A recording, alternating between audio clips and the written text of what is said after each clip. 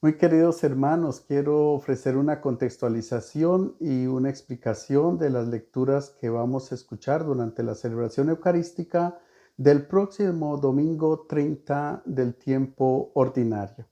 La primera lectura está tomada del libro del Éxodo en el capítulo 22, versículos 20 a 26. Se trata de una serie de preceptos o normas que Dios dirige al pueblo de Israel con el fin de que ellos vivan comunitariamente en armonía, en paz y se demuestren unos a otros el afecto, la misericordia que al fin y al cabo depende de Dios.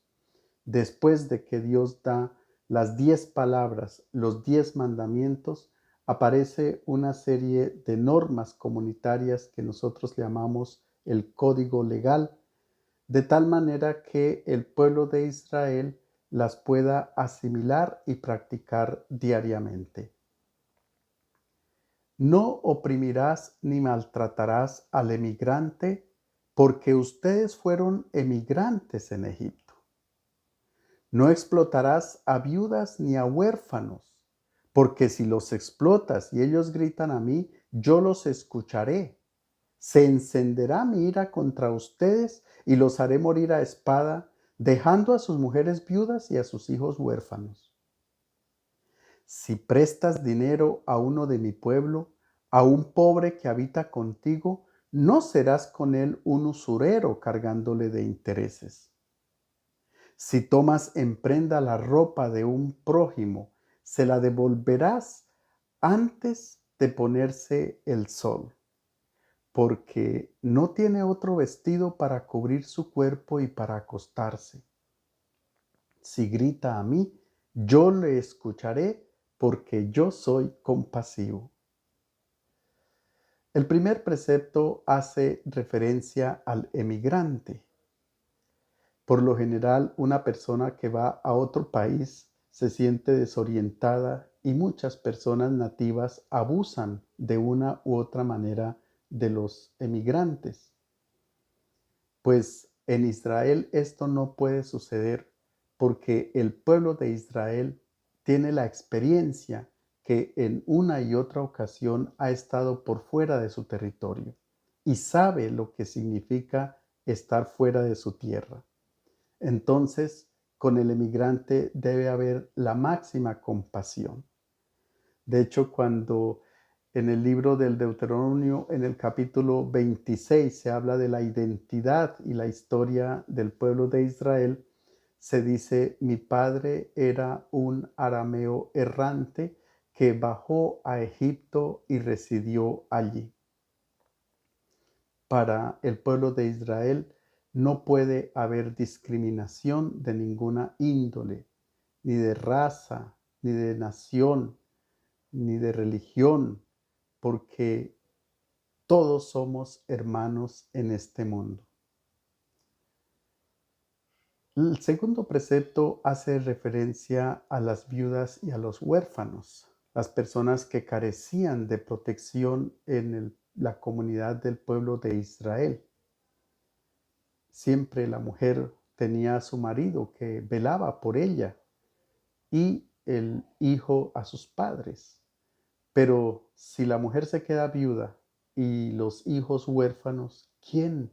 ¿Quién acudirá por ellos? ¿Quién será su acudiente? ¿Quién los ayudará? ¿Quién los protegerá? Pues ellos quedan a merced también de lo que pueda suceder en la comunidad con ellos. Pues Dios está pendiente de ellos. ¿Y cómo los alimenta? Muy sencillo. Hay otro precepto donde dice que el agricultor, cuando cosecha todos los productos de la tierra, debe pensar en ellos y dejar mucho producto por ahí para que luego pase el que tiene hambre o la viuda o el huérfano y pueda recoger también su alimento. La tierra es de todos y produce para todos y a nadie le podrá faltar el alimento. El otro mandamiento hace referencia a el préstamo de dinero. Si alguien está necesitado y es pobre, pues necesita dinero, usted no debe cobrarle neshek, que en hebreo significa mordisco, es decir, interés. Si bien es cierto, el texto dice usura, para la Biblia usura no es cobrar un interés alto, no. Usura significa cobrar más de lo que se presta. Así sea 10 centavos más, eso es usura. ¿Por qué? Porque si el pobre necesita el dinero y saca prestado, escasamente reunirá para devolver lo que le prestaron. No puede ser injusto a ir a cobrarle interés a su prójimo. Y el otro mandamiento hace referencia al manto que llevaba una persona continuamente, que era sin mangas y donde se enfilaba la cabeza con bordes también redondeados, y por ahí se cubría de todas maneras la persona que lo llevaba. Era su protección para el frío. Pues si alguien estaba con frío durante el día o lo necesitaba y lo sacaba prestado, por favor, hay que devolverlo antes de que se oculte el sol, porque la persona lo necesita. Hay que pensar en el hermano. Esa es la lógica de la vida comunitaria. Pensar en el otro, no solamente en mí, sino que el otro puede necesitar de todo aquello que le pertenece. El otro puede estar en dificultad y me puede pedir auxilio y yo tengo la obligación de hacerlo. Y si no, Dios está mirando. Dios utiliza aquí la ley del talión para devolver lo justo si yo me he portado mal.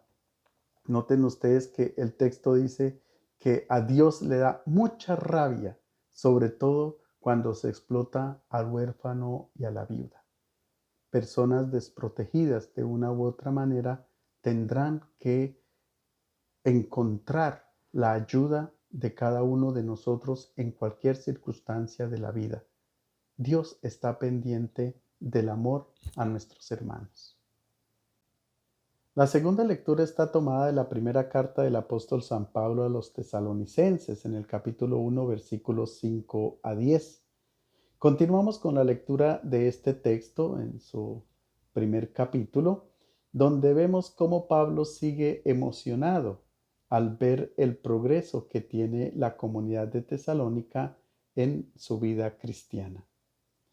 Ya saben cómo procedimos cuando estuvimos allí al servicio de ustedes, y ustedes por su parte siguieron nuestro ejemplo y el del Señor, recibiendo el mensaje con el gozo del Espíritu Santo en medio de graves dificultades, hasta el punto de convertirse en modelo de todos los creyentes de Macedonia y Acaya. A partir de ustedes la palabra del Señor no solo se difundió en Macedonia y Acaya, sino que a todas partes llegó la fama de su fe en Dios. De manera que no es necesario hablar de esto. Ellos mismos cuentan cómo ustedes me han recibido y cómo dejando los ídolos se convirtieron a Dios para servir al Dios vivo y verdadero y esperar la venida desde el cielo de su Hijo, al que resucitó de la muerte, Jesús, que nos libra de la condena futura.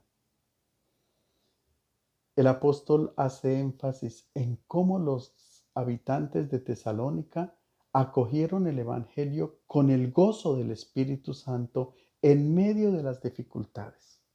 Esto es supremamente importante porque es lo que produce el Evangelio: gozo y esperanza en medio de las situaciones difíciles que atravesamos a lo largo de nuestra vida. Los tesalonicenses cogieron fama de la fe en Dios. Ellos fueron capaces de dejar los ídolos y todo lo que ello implica para convertirse al verdadero Dios y así poder tener una vida coherente con su fe. Es un ejemplo entonces, queridos hermanos, para todo aquel que acoge el Evangelio y que le da una adhesión total a Dios por medio de Jesús. El Evangelio está tomado de San Mateo en el capítulo 22, versículos 34 a 40. Se trata de una controversia que Jesús tiene con los fariseos y con los saduceos acerca del principal y más grande mandamiento de la ley. Acordémonos que Jesús se encuentra desarrollando su actividad misionera en la ciudad de Jerusalén y allí nota cómo cada día más hay hostilidad por parte de las autoridades hacia él. Ellas están dispuestas a encontrar algún motivo, alguna circunstancia para poder condenar a Jesús. Cuando Jesús enseña en el templo, ellos le dicen, bueno, ¿con qué autoridad haces esto? Somos nosotros los que tenemos la autoridad para enseñar. Tú no tienes por qué venir por acá, ni mucho menos enseñar cosas nuevas que hasta son peligrosas para la comunidad. Tuvo una controversia con los fariseos y los herodianos acerca del tributo al César y que eso lo vimos hace 8 días, pero hay otro texto que no hemos meditado, que no lo contempla la liturgia en este momento, y es una controversia con los saduceos. Los saduceos no creen en la resurrección y entonces, refiriéndose a la ley del levirato de una mujer que tuvo varios maridos, le preguntan, ella en el reino de los cielos, en la otra vida, ¿cuál será el marido si tuvo varios? Y entonces Jesús les dice, no, en la otra vida ya no hay esas categorías que nosotros tenemos ahora. Allí todos seremos como ángeles. Y hoy aparece en controversia con los fariseos y con los saduceos. Ellos estudian a ver cómo cogerlo preguntándole acerca del principal y grande mandamiento que debe observar un israelita. Al saber los fariseos que había tapado la boca a los saduceos, se reunieron alrededor de él y uno de ellos, un doctor de la ley, le preguntó maliciosamente, Maestro, ¿cuál es el precepto, el importante en la ley? ¿Quiénes eran los saduceos? Los saduceos eran los sacerdotes que ejercían el culto en el templo de Israel y a ellos se les asociaba la gente más rica del pueblo. No creen entonces en la resurrección y por tanto se aferran a esta vida con todo lo que ella les ofrece. Los fariseos, en cambio, sí creían en la resurrección, aunque vivían totalmente aferrados a las tradiciones del pueblo, todo aquello que habían aprendido de niños, todos esos preceptos que había que cumplir. Como los dos grupos son distintos y tienen distintas creencias, pues ellos no se podían ver. Es decir, vivían siempre peleando entre ellos.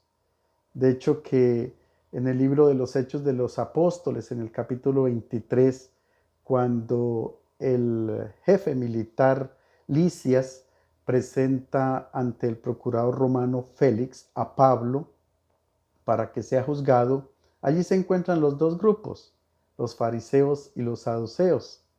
Entonces, cuando Pablo pronuncia el discurso, él dice, mire, lo que pasa es que yo soy un fariseo, yo nací en esta tradición farisaica y por tanto creo en la resurrección de los muertos. Cuando lo escucharon decir así, se agarraron inmediatamente los fariseos a pelear con los saduceos y Félix le toca custodiar a Pablo porque hubo un altercado bastante grande precisamente por sus creencias.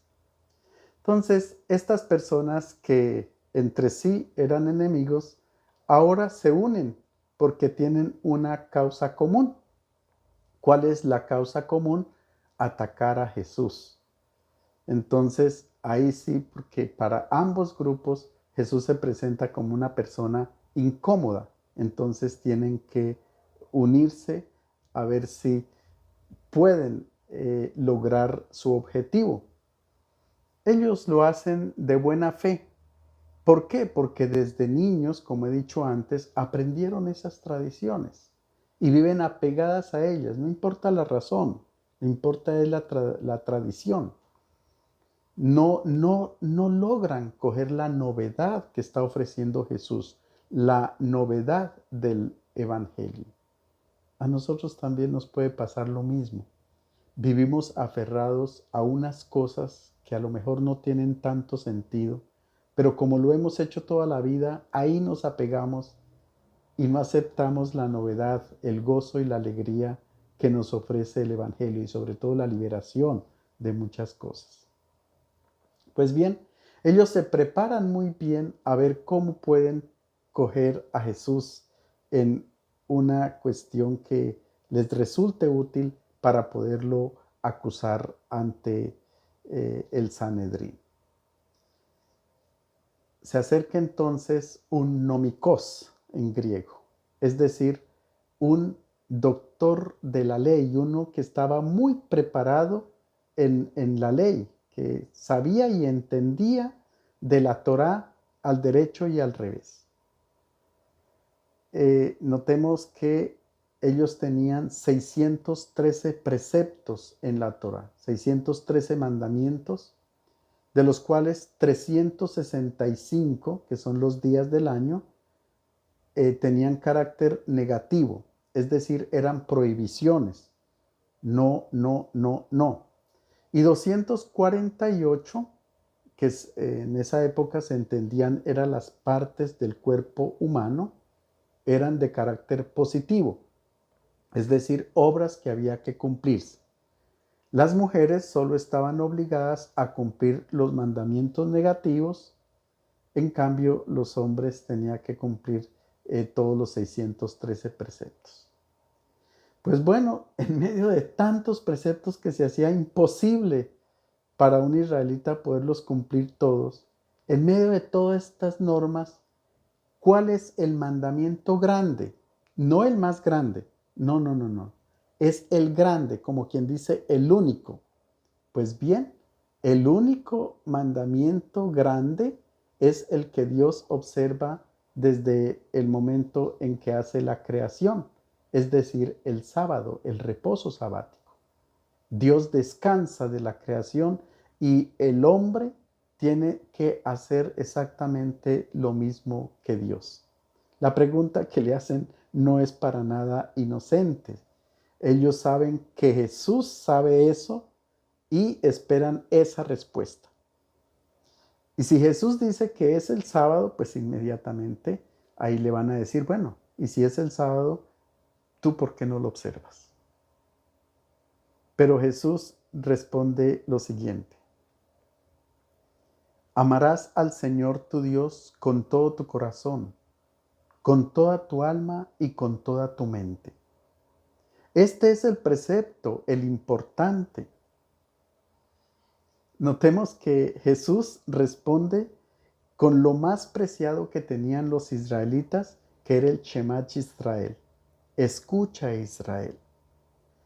El texto comienza con escucha porque la escucha es obediencia.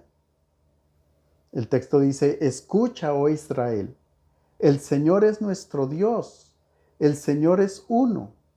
Amarás al Señor tu Dios con todo tu corazón, con toda tu alma y con toda tu fuerza. En lengua hebrea suena Shema Israel, Adonai Elohenu, Adonai Echad. Ve'ahavta et Adonai Elohecha, ve'kol levaveja, uve'kol nafsheja, uve'kol meodeja. Este es para Jesús el grande mandamiento. Jesús quiere presentar la novedad de la relación que existe entre el hombre y Dios. Quien no observa los mandamientos venía castigado por Dios. Jesús en este momento ignora todos esos mandamientos, incluso el principal que tenían ellos, que era el practicar el sábado. Noten ustedes que Jesús hacía milagros en día de sábado, ¿sí? Y por eso había mucha controversia. Jesús comienza entonces recordando el Shema Israel, que comienza con el verbo amar, ahab en hebreo, que se encuentra bastantes veces, casi 250 veces en el Antiguo Testamento. Y era una emoción que no se le podía atribuir a Dios, porque a Dios se le veía era como la persona dura, fuerte, que no era capaz de amar, sino de castigar, de dar órdenes, de ver a ver quién estaba ahí que caía en algo para poderlo castigar. Esa era la concepción.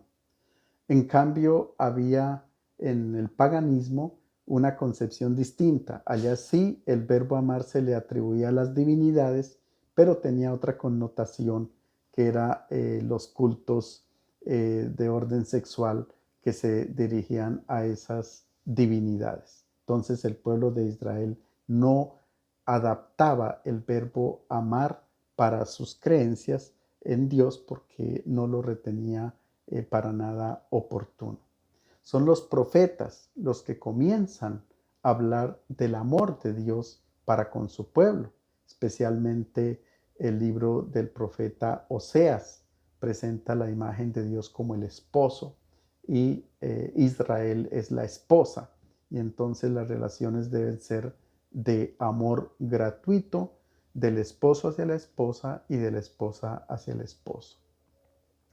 En Isaías 49 se dice, ¿puede una mujer olvidar a su niño de pecho sin compadecerse del hijo de sus entrañas? Aunque ellas se olvidaran, yo no te olvidaré. O sea, el amor de Dios es entrañable, es visceral, es más fuerte que el ligamen del amor entre una madre con un hijo. Así poco a poco se va comprendiendo entonces el amor de Dios. Amarás al Señor tu Dios con todo tu corazón, con toda tu alma y con toda tu fuerza. Este es el mandamiento, el primero. Amar a Dios con todo el corazón, con toda el alma, con toda la vida, significa integralmente. No puede haber un corazón dividido. El corazón era el centro de la inteligencia, de las emociones, de las decisiones del ser humano. Ese corazón no puede estar dividido porque le pertenece a Dios y a él hay que amarlo con todo ese corazón. Con toda la vida, el creyente debe estar dispuesto entonces a sacrificar su vida por Dios, porque lo está amando también con su nefesh, con su respiro vital en todo momento. Y con toda la mente, esto es supremamente importante, con inteligencia está amando a Dios. Es importante esto porque el ser humano es, cuando se dirige a Dios o tiene la fe en Dios, es una fe razonable. Es una fe que Dios nos permite establecer con Él para entender y comprender. Con toda la mente significa entonces con toda la inteligencia. Y con toda tu fuerza hace referencia a los bienes que tiene una persona en todo sentido. Los bienes que tiene una persona son para expresar amor al hermano. Esto es fundamental, amor a Dios y al hermano. Los bienes son para glorificar a Dios en el servicio que uno presta a sus hermanos. Bien, en este sentido es supremamente importante. Quien no tiene la mente, el corazón, la inteligencia, todo centrado en Dios y piensa en otras cosas, pues no se puede decir que realmente está teniendo una relación real y verdadera con Dios. Notemos que Jesús no pide que haya obediencia a Dios, ni sometimiento a Dios. cuando en los evangelios se habla de los demonios, se dice que ellos sí obedecen a Jesús y se someten a Jesús. Jesús nos invita a cada uno de nosotros no a la obediencia ciega a Dios, sino a reproducir la imagen de Dios. Esto es supremamente importante. Nosotros lo que tendríamos que hacer en vez de obedecer a Dios es asemejarnos a Dios. ¿Y cómo nos asemejamos a Dios? Con la capacidad de amar. La capacidad de amar. O sea, lo que nos hace humanos es realmente la capacidad de amor que tenemos. Jesús continúa entonces diciendo, pero el segundo es equivalente. Amarás al prójimo como a ti mismo. De estos dos mandamientos penden la ley entera y los profetas. Es interesante, no es suficiente el amor a Dios. Ahora aparece la segunda parte que hace referencia al amor al hermano. Y el segundo es exactamente igual al primero. Quien no ama a Dios no puede amar al hombre. Esto es supremamente importante. Quien ama hace el bien continuamente. Y Dios es bueno. Dios hace el bien continuamente, luego se asemeja a Dios. ¿Podría uno decir que colocamos entonces primero el amor a Dios y luego el amor al prójimo? No, son equivalentes. Es en práctica casi como si Jesús dijera, es el mismo comandamiento, es el mismo mandamiento. De hecho, que le han preguntado por el más grande, Jesús pareciera que dijera dos mandamientos. No, es que son idénticos, ¿sí? Una vez le preguntaron a un maestro de la ley, a Gilel, que vivió poco tiempo antes de Jesús, que de pies, o mejor, parado en un solo pie, dijera o recitara toda la Torá. Y entonces él dice, no hagas hacer a tu prójimo lo que no te guste hacer a ti. Esto es toda la ley. Lo demás es comentario. Jesús no solamente se refiere a este dicho de Gilel, sino que toma del libro del Levítico en el capítulo 19, versículo 18, toma este segundo mandamiento. No te vengarás, dice el texto de Levítico 19. No te vengarás ni guardarás rencor a los hijos de tu pueblo, sino que amarás a tu prójimo como a ti mismo, porque yo soy el Señor. Pero aquí hay una circunstancia particular y es que el amor se expresa al paisano, al miembro del pueblo de Israel. Amar al emigrante ya es una norma que Dios pide, no solamente para su pueblo, sino para todo ser humano. Jesús dice, les doy un mandamiento nuevo, que os améis los unos a los otros como yo os he amado. Esa es la manera de Jesús decir cómo debemos o cómo podemos amar a nuestros hermanos, como Él nos ha amado. ¿Y cómo nos ha amado Él? Hasta donar la vida, hasta entregarse totalmente en la cruz. Todos somos entonces hijos de un único Padre y todos entonces nos amamos los unos a los otros. Jesús va más allá del amor por los coetáneos, por los paisanos, por las personas queridas. Acordémonos que Él dice, oren por los que los persiguen. ¿Mm? Oren por los que los persiguen. Amen a sus enemigos. Eso nos pide el Señor. Y en la primera carta de San Juan se dice lo siguiente, en el capítulo 4. Si uno dice que ama a Dios mientras odia a su hermano, miente. Porque si no ama al hermano a quien ve, no puede amar a Dios a quien no ve. Y el mandato que nos dio es que quien ame a Dios, ame también a su hermano. Pero la pregunta ¿es suficiente entonces el segundo mandamiento sin observar el primero?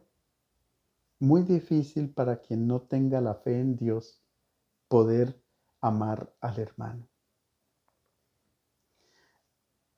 He dicho que los dos mandamientos son exactamente iguales. En griego, homoia significa igualmente, igual de importante, igual de grande, igual a. Es decir, que el amor al hermano tiene el mismo valor que el amor a Dios. Solo Jesús ha colocado los dos mandamientos al mismo nivel y les ha dado igual valor.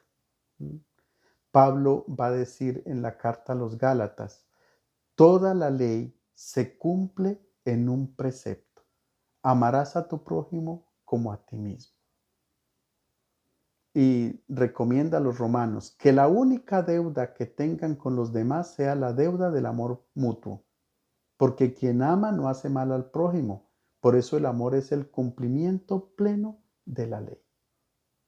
Y el texto termina diciendo que de estos dos mandatos penden toda la ley y los profetas, es decir, toda la Biblia, toda la escritura. Aparece el verbo kremánimi en griego, que significa como si hubiese un gancho del cual los dos dependen en el mismo nivel. Si uno se cae inmediatamente el otro. Jesús quiere liberar a los fariseos y a los saduceos de toda una serie de tradiciones y normas que no los dejan ser felices. Jesús hace una propuesta sencilla que lleva realmente al gozo. Amar a Dios es amar al hermano. Amar al hermano es exactamente amar a Dios. Los dos tienen el mismo peso. No hay que sustituir el uno por el otro. Es que ahí están los dos mandatos.